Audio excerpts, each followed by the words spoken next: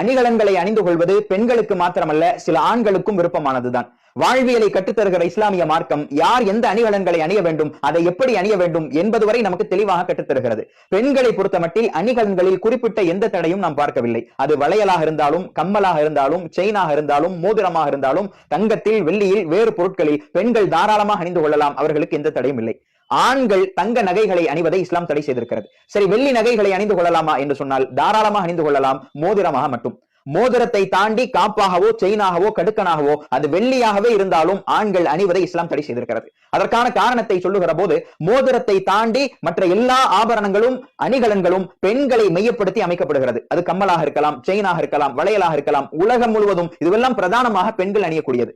இந்த நேரத்தில் தான் நபியினுடைய தடையை நாம் பார்க்கிறோம். பெண்களை போல அலங்கரிக்கும் ஆண்கள், ஆண்களை போல அலங்கரிக்கும் பெண்கள், இவர்கள் அல்லாஹ்வின் தூதரின் மலக்குகளின் சாபத்திற்குரியவர்கள். அப்ப நபியினுடைய இந்த எச்சரிக்கையை முன்னிறுத்தி ஆண்களுக்கு இந்த தடைகளை நாம் பார்க்கிறோம். பெண்கள் இதையெல்லாம் அணிந்து கொள்ளலாம் என்பதையும் நாம் பார்க்கிறோம். ஆண்கள் மோதிரத்தை தாராளமாக அணிந்து கொள்ளலாம். நபி ஸல்லல்லாஹு அலைஹி வஸல்லம் அவர்களே அக்கீக் என்கின்ற வகையைச் சேர்ந்த ஒரு வெள்ளி மோதிரத்தை அணிந்திருந்தார்கள். அந்த மோதிரத்தை கூட எந்த விரல்களில் அணிய வேண்டும், எந்த விரல்களில் அணியக்கூடாது என்பதை நபி அவர்கள் கற்றுத்தந்தார்கள். ஆண்கள் தங்கள் கட்டை விரல், தன்னுடைய ஆள்காட்டி விரல், நடுவிரலில் மோதிரம் அணிவதை தடை செய்த ஸல்லல்லாஹு அலைஹி வஸல்லம் அவர்கள் தன்னுடைய மோதிர விரலிலும் சிறு விரலிலும் அணிவதை நபி ஸல்லல்லாஹு அலைஹி வஸல்லம் அனுமதித்தார்கள்.